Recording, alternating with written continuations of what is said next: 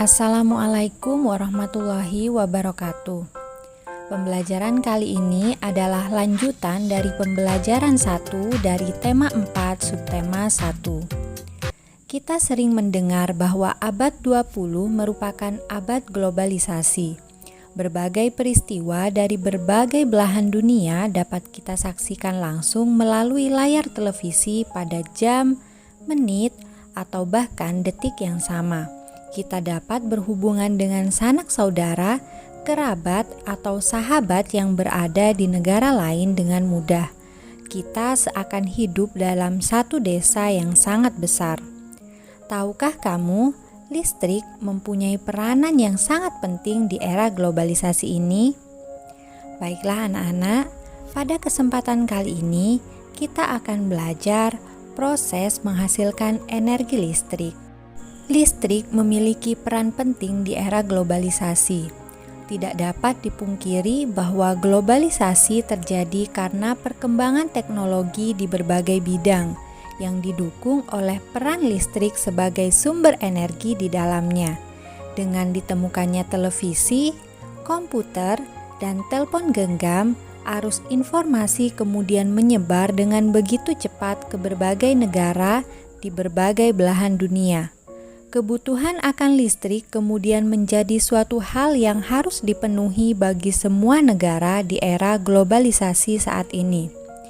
Listrik dihasilkan di pusat pembangkit menggunakan beragam sumber energi. Pembangkit listrik adalah alat yang dapat menghasilkan energi listrik dari suatu sumber tertentu. Komponen utama yang menghasilkan energi tersebut adalah generator atau mesin berputar yang dapat menyulap energi gerak menjadi energi listrik. Berikut beberapa contoh pembangkit listrik yang ada di dunia. Yang pertama adalah pembangkit listrik tenaga air atau lebih dikenal dengan PLTA. Seperti namanya, jenis pembangkit listrik yang satu ini memanfaatkan arus cepat yang dihasilkan oleh air untuk menggerakkan turbin pada generator mesin. Karena bersumber dari air, PLTA biasanya dibangun di dekat waduk, bendungan, atau sungai dengan aliran yang cukup kuat. Yang kedua adalah pembangkit listrik tenaga surya atau PLTS.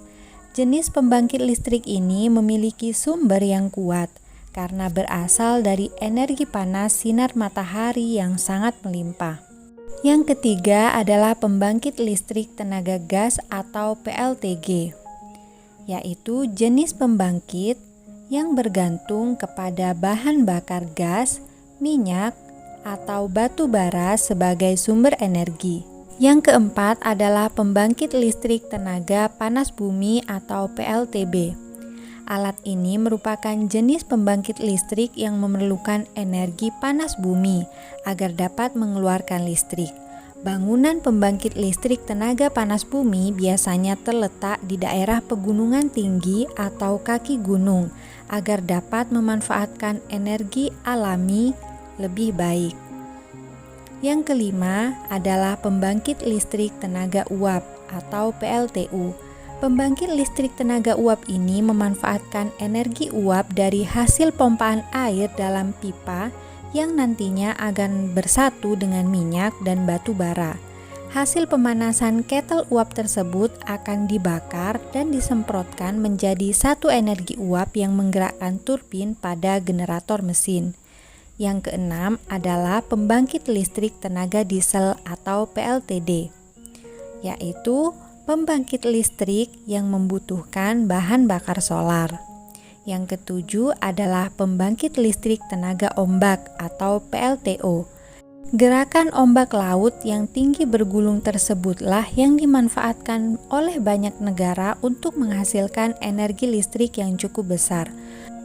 Pada kesempatan kali ini kita akan membahas listrik yang dihasilkan di pusat pembangkit menggunakan pembangkit listrik tenaga air. Pada pembangkit listrik tenaga air, air dari waduk atau sungai masuk melalui pintu yang diatur oleh katup pengaman.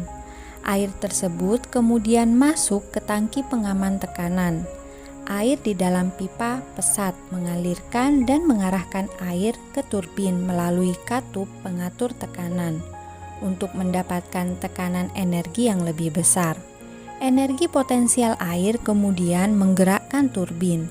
Energi gerak tersebutlah yang kemudian diubah menjadi energi listrik oleh generator. Energi listrik dari generator kemudian diatur kapasitas tegangannya dan dialirkan oleh transformer. Energi listrik kemudian dibagikan ke konsumen oleh saluran transmisi. Komponen utama pada semua pembangkit energi listrik adalah turbin dan generator. Turbin tersebut harus bergerak untuk menghasilkan energi gerak yang kemudian diubah menjadi energi listrik oleh generator. Energi penggerak turbin selain dari aliran air juga bisa didapat dari angin, panas bumi, dan sumber energi lainnya. Pada pusat pembangkit dari waduk-waduk besar, energi listrik yang dihasilkan juga sangat besar dan mampu memenuhi kebutuhan listrik warga di banyak wilayah. Namun di daerah pedesaan yang belum terjangkau aliran listrik dari pemerintah, warga terkadang membuat pembangkit listrik secara mandiri dengan memanfaatkan aliran air dari sungai atau air terjun yang ada di daerahnya. Pembangkit tersebut tentunya menghasilkan energi listrik yang hanya cukup untuk memenuhi kebutuhan listrik warga sekitar saja. Pembangkit listrik tersebut dinamakan pembangkit listrik mikrohidro yang memanfaatkan sumber energi alternatif dari aliran air yang ada di lingkungan sekitar. Coba kalian amati gambar pembangkit tenaga listrik mikrohidro berikut. Kalian ingat-ingat kembali apa yang sudah Ibu jelaskan tentang proses menghasilkan energi listrik pada pembangkit listrik tenaga air, karena prosesnya tidak jauh berbeda. Sekarang Ibu ingin kalian tuliskan proses dihasilkannya energi listrik oleh pembangkit listrik mikrohidro. Kalian dapat menambahkan gambar pada tulisanmu. Baiklah anak-anak, itu saja pembahasan kita pada kesempatan kali ini. Sampai jumpa di pembelajaran selanjutnya. Wassalamualaikum warahmatullahi wabarakatuh.